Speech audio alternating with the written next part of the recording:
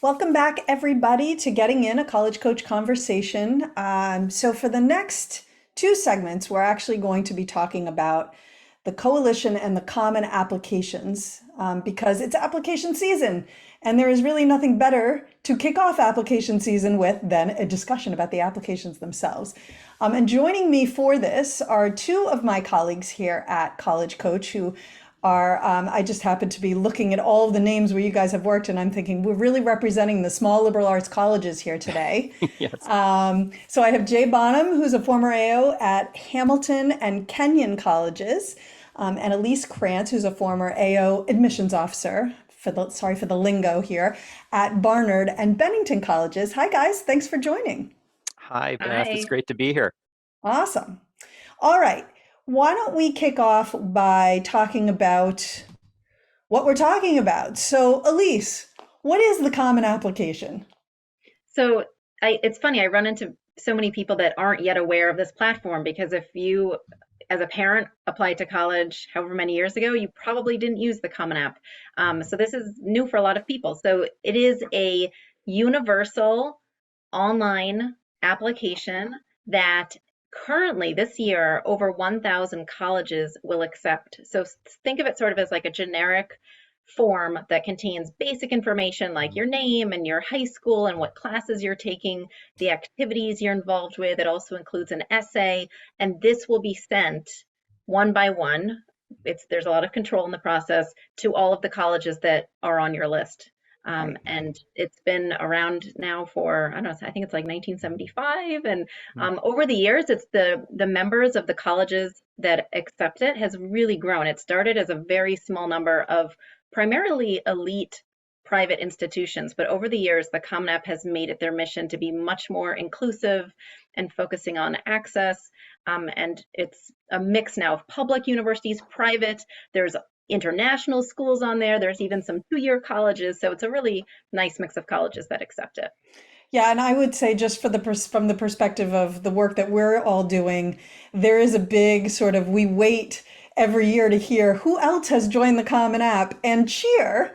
And I think the big one we cheered for this year was the University of Washington in Seattle because finally they have added the Common Application, and we're all pretty excited about that. hmm And Technically, it won't show up on their website, though, on the Common App website until September 1. So depending on when people are listening to this, if you're getting it early, you may not see don't it panic. listed. Right, but it will be there. And the other big one this year was the University of Texas at Yeah. Austin, another big Huge. flagship. Yes. So the fact that so many of the flagship public research universities are joining the Common App, it just makes it that much easier for students to apply to college. So that's Yeah. the whole point, which is a good thing. Exactly, exactly. So, with that in mind, Jay, what about the coalition? What's that?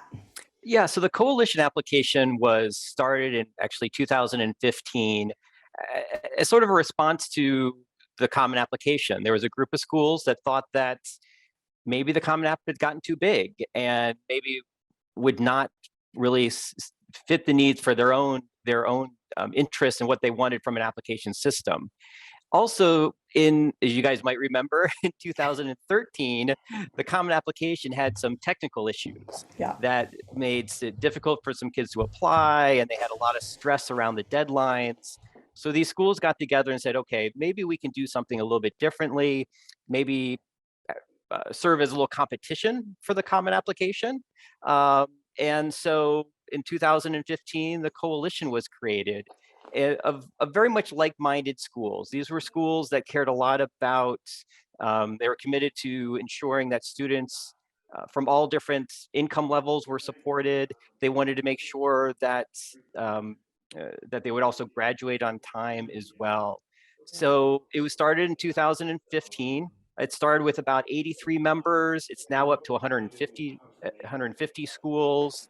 One of the things that made it a little bit unique from the beginning was that it was set up to help students earlier in the process to start thinking about it. So kids could go in even as early as ninth grade and sort of put things in what they call the locker. Uh, The but things have locker. evolved. Things have evolved from there, and we can certainly talk about some of the big changes that are on the horizon for the coalition. Yeah, and actually, why don't we start with that? What are some changes that have come about this year for the coalition? Yeah, so the biggest change is they've changed their application platform. Up until this year, the coalition, I mean, you didn't really know the behind the scenes, but they had a different technology company. We just referred to it as the coalition application.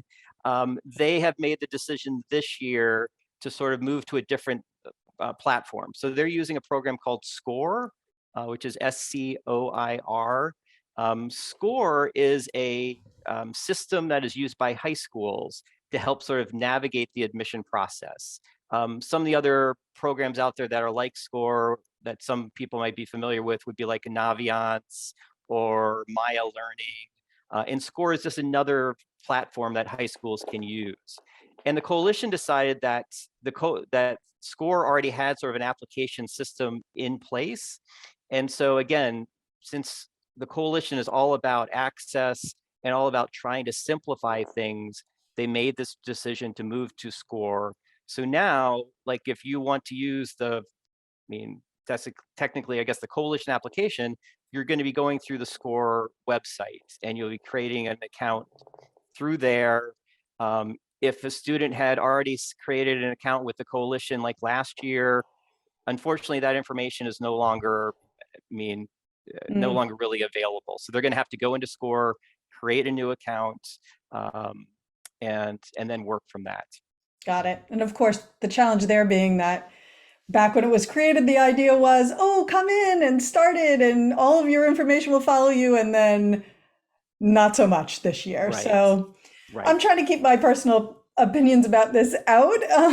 There were two big defections from the coalition this year.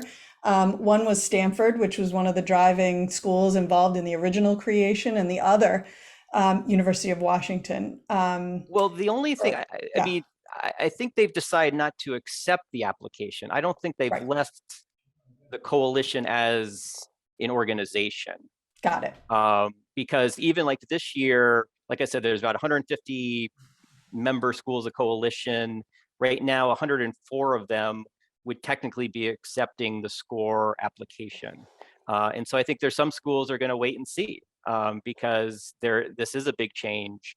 And so they're just Right. going to sort of stand on the sidelines, and then maybe next year go into it. True. That is true. That's not an angle that I had considered. But yes, it's a brand new application. We all know that when you do things in brand new way, that can lead to problems. And it could be that Stanford simply decided, we don't need that right now. We're gonna just put this on pause and just ask students to focus on the Common App this Yes. year, and then maybe we'll return to that. Mhm. Okay. Elise, what about the Common App? What new things? I may have spoiled things a little by sharing the big news about Washington, and you shared UT Austin, but anything else you would point to that's big news or change this year?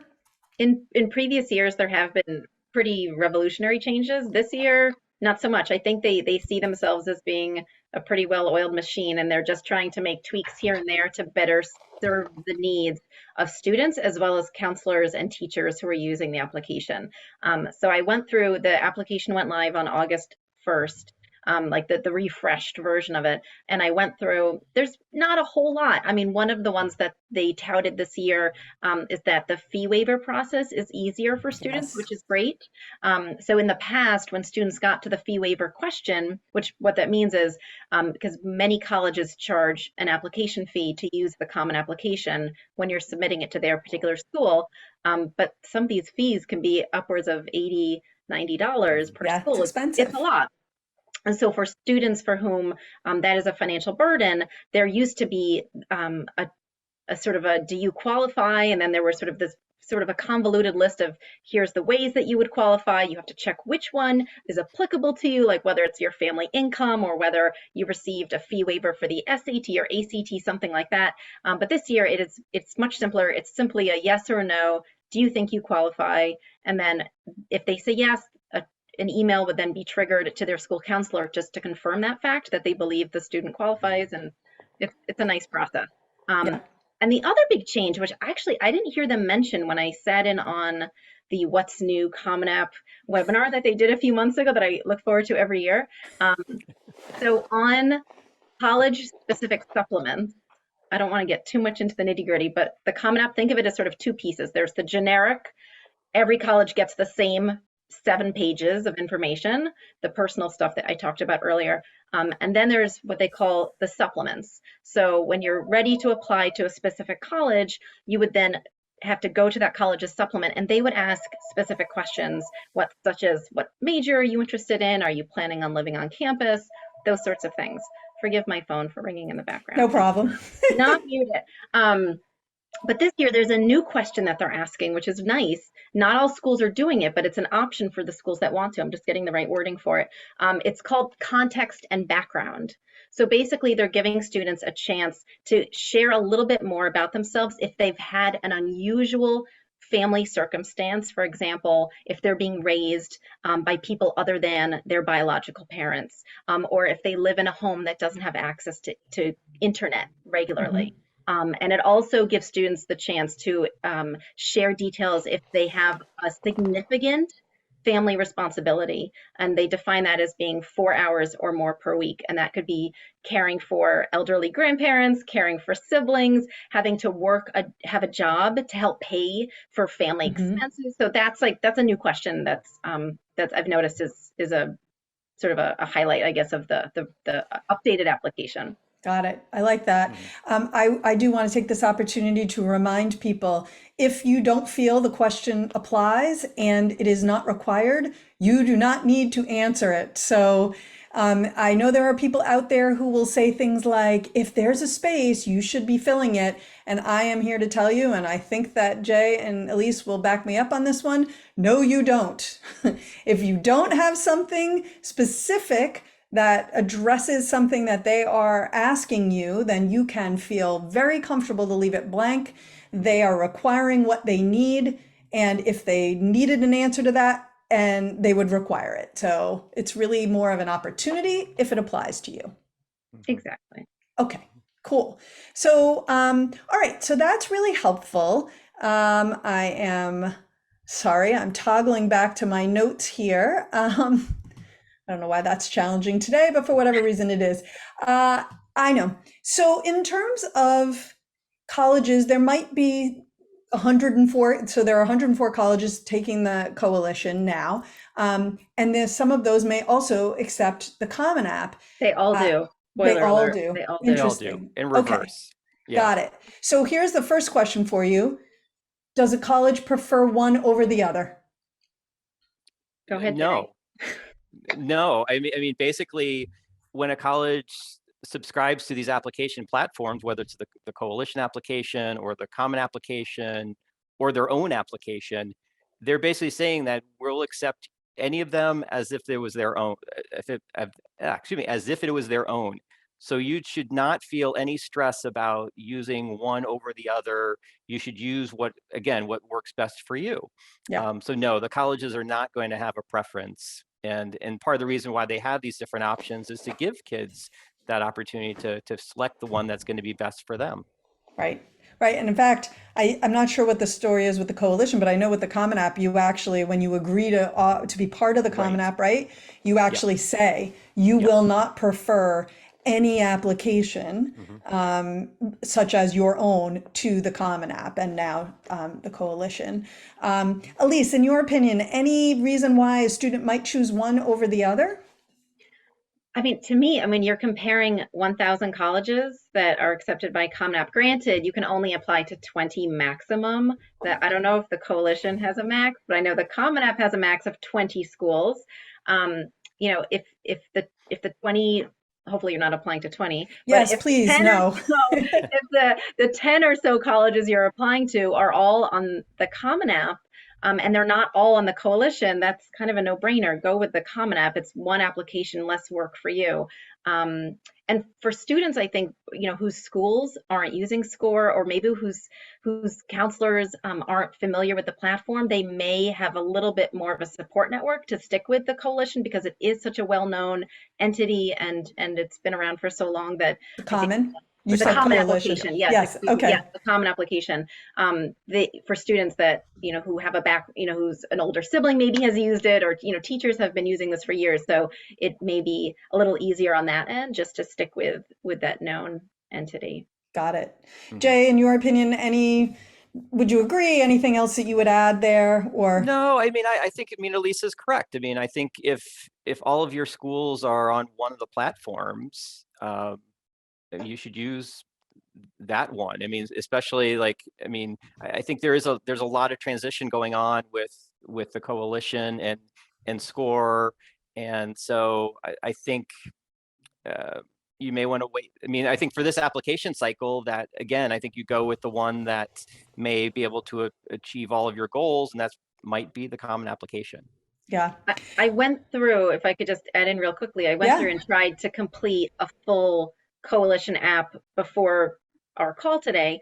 And I got stuck on a few easy questions. Like it wouldn't let me progress after entering my phone number. Like there was something wrong, and I was trying to not report a GPA because I thought it was optional, and it kept asking for it. So Mm, I think there's going to be hiccups this year because it's new technology. So I think if you're looking for potentially a slightly less stressful experience, one that will hopefully have fewer technological glitches, the Common App could, I think, be in your favor on that side. Mhm. yeah. I'm But going I to think, say personally, I would go Common App, but I'm Let's just try to be throwing it out diplomatic there. here. Come on, we're I know, I know. No, but I mean, I think these are all good reasons why this year in particular you might want to do Common App. But Jay, you were going to well, I was potentially going to throw in say something the else. only thing is that, competition is good. I mean, for instance, Mhm. like what Common App has done with the fee waivers, that was started through the coalition Yeah, application, in which a much easier process.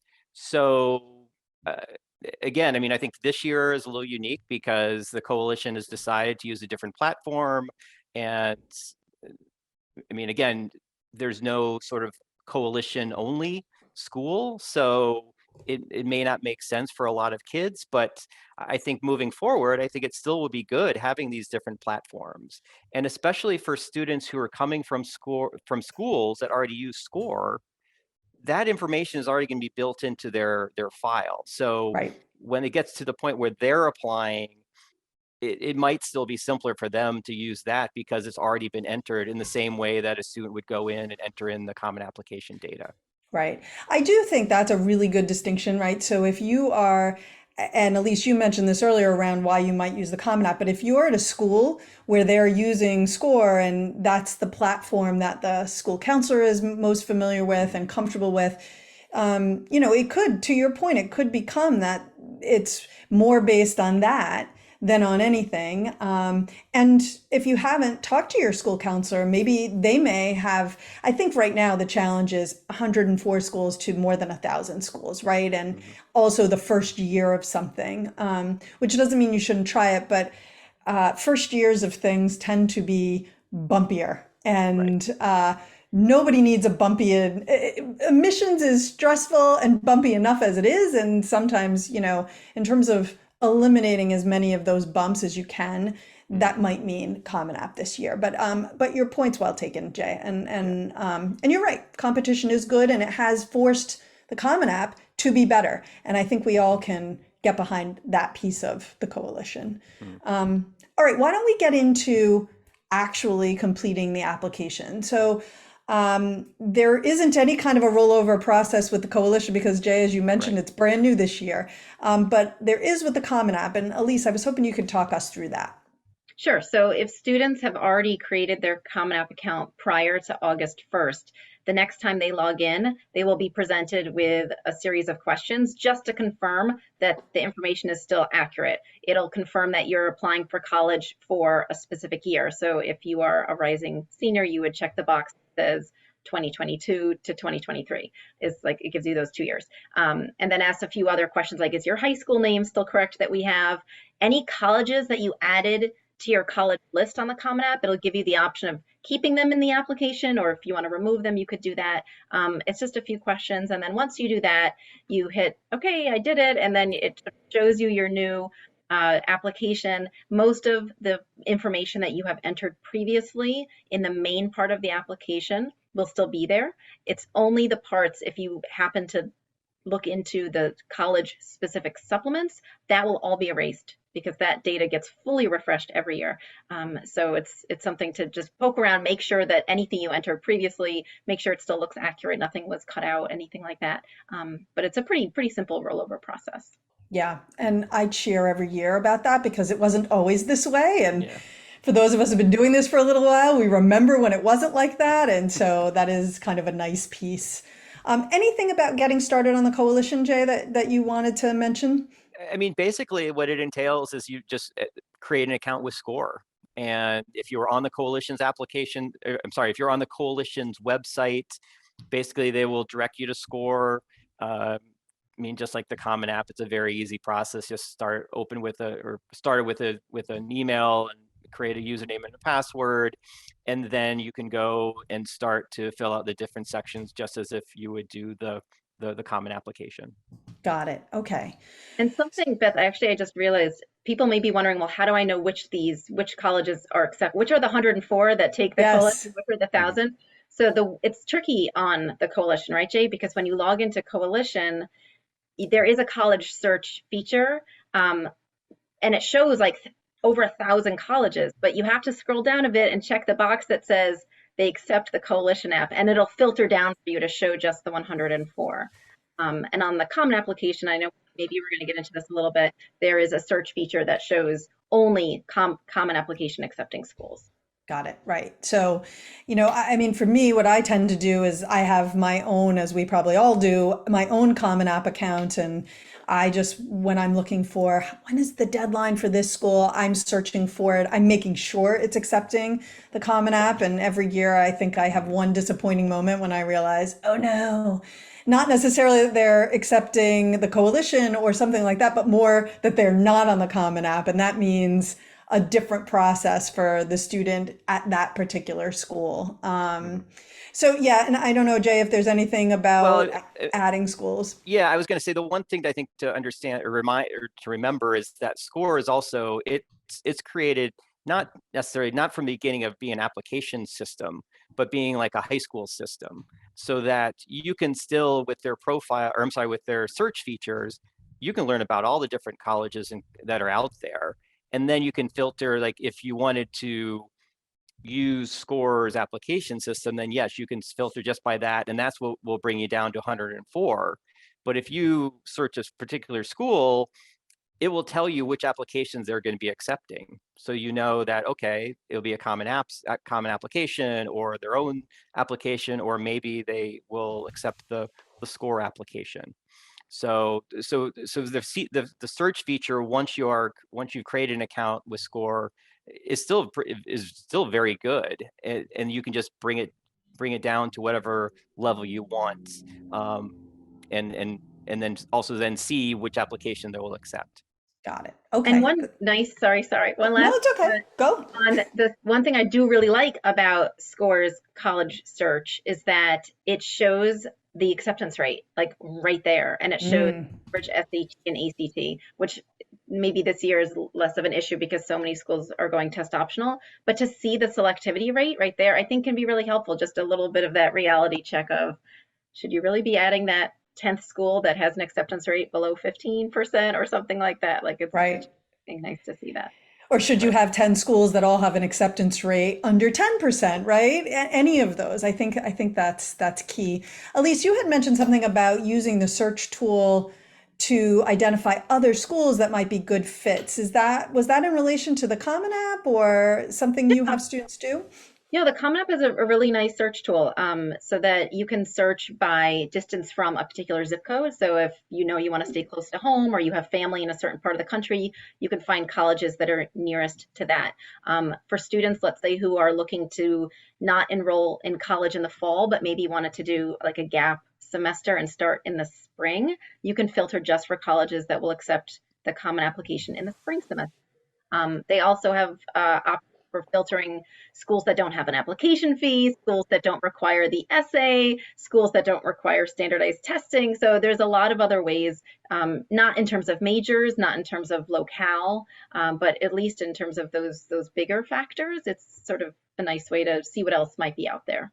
Right, Mhm. right. So if you are a student who's decided, I'm not going to do testing, or I did testing and it's not in line with how I'm doing in school, so I'm planning to apply test optional, that's a great opportunity to find some other schools that are also test optional so that you can only consider schools like that. So, And any, SCORE, I yeah. was going to say, I mean, SCORE has a similar features. One thing that I like about theirs, and maybe a Common App has this too, but when you're actually looking at an individual university or college, it will also on the right say schools, or I'm sorry, kids who looked at this school also looked at these few schools. That's So at cool. least can give you, maybe if you're looking at school A, they can give you a couple more choices that are going to be similar.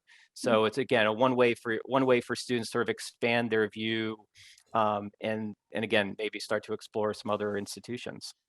What I like about all of this is obviously the goal in getting onto these platforms is to fill out applications and apply to college, but Mhm.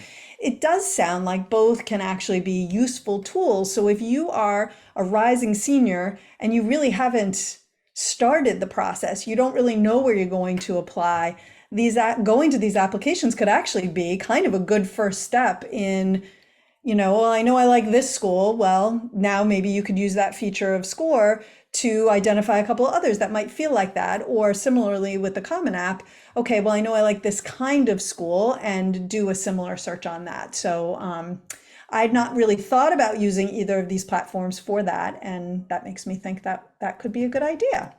For Um, students mhm. who would be interested in doing that, I would say on the Common Application, within the application itself, the search is more limited. It includes only those fields I mentioned, but the Common App does have something that is similar, I think, to what SCORE has, that is outside of the actual application.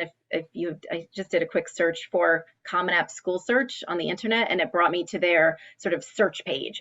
And you can search by campus setting and financial aid, and is it a minority serving institution? So it does have a nice overall college search tool. So yeah, I'd like that idea too, Beth, of sort of using this as a first step. Yeah, cool. Okay. So let's move on to essay questions.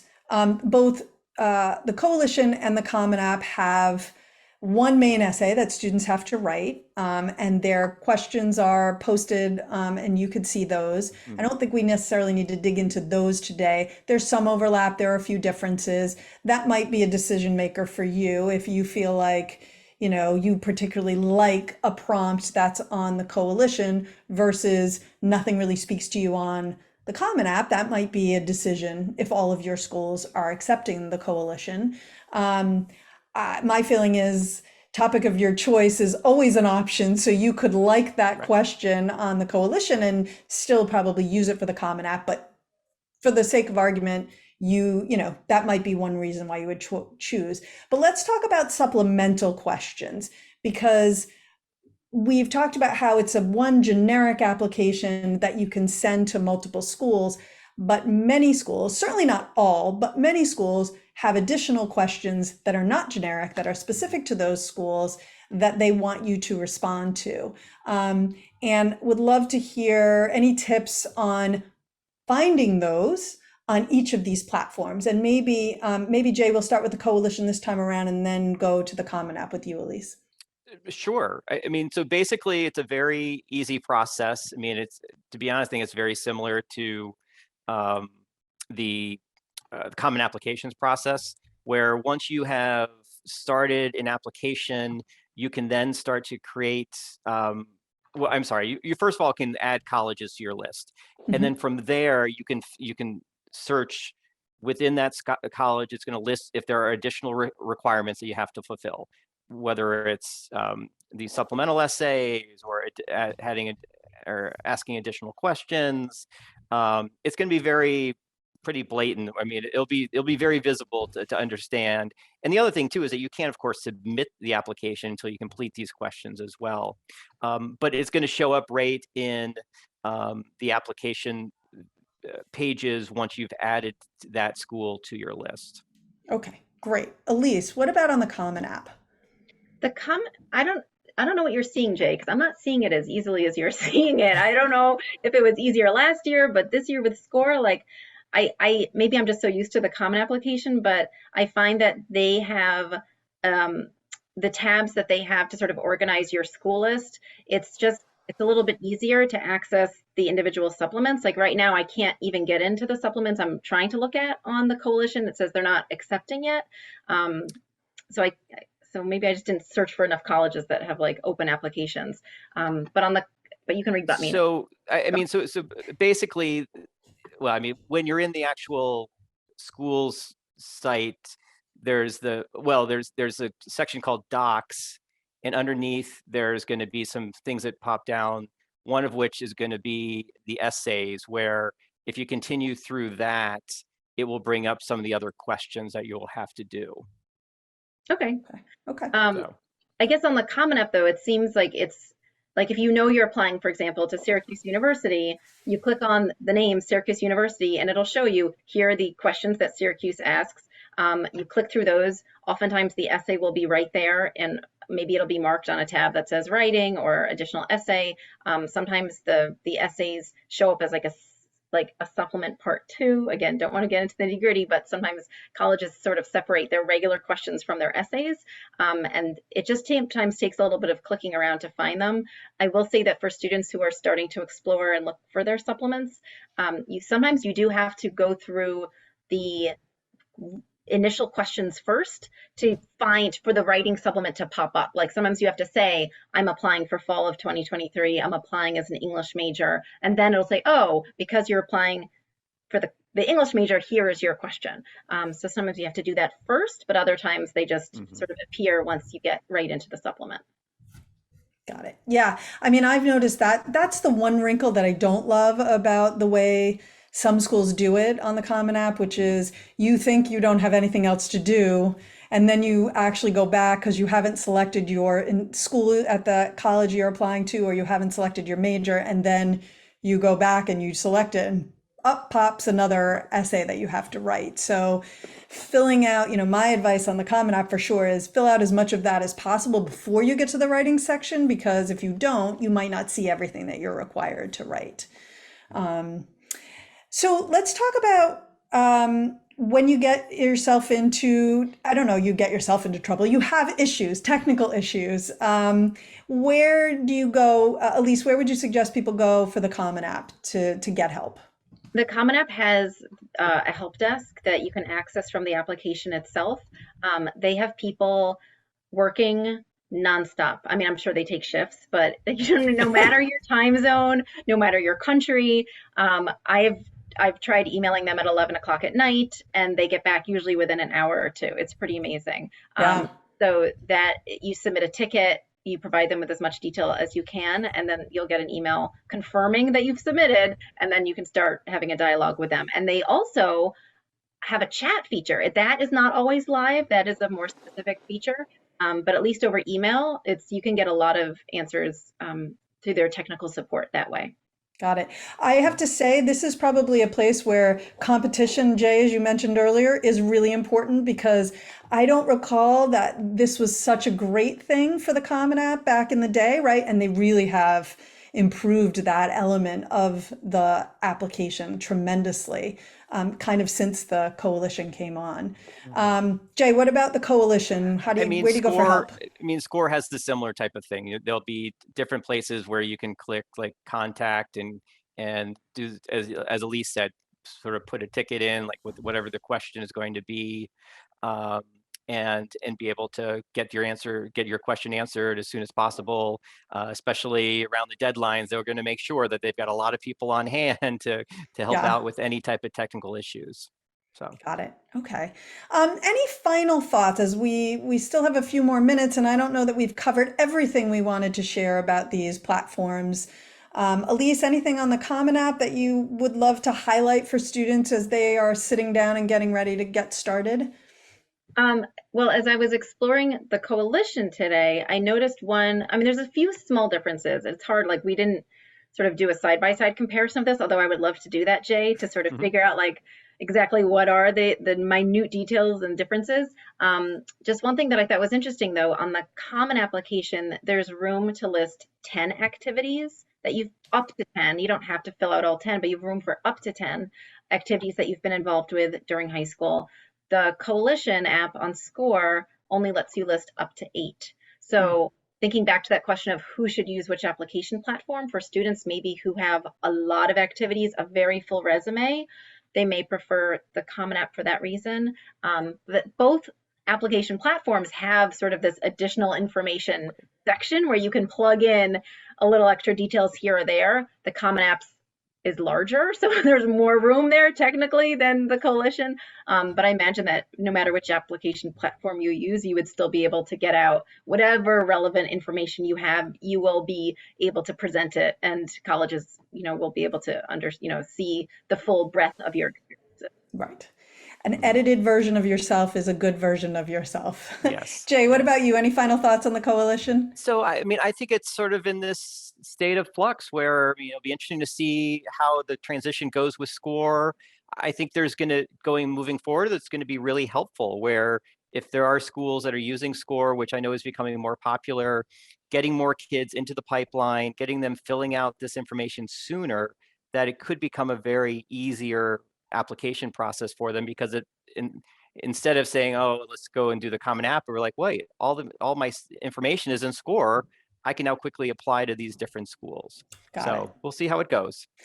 Yeah, I think that's probably my biggest takeaway, right? It's a wait and see, and some people may very well want to go forward with the Coalition this year, which is great, and we'll see what happens with that. And for others, taking a little bit more of a wait and see attitude, and I guess we'll just plan and promise to regroup at this time next year and see where we're at. And Elyse, you mentioned putting them side by side. I smell a blog. I think that would be a great blog of the differences between the two, and maybe things for students to think about. So I really appreciate both of you joining today. Thank you.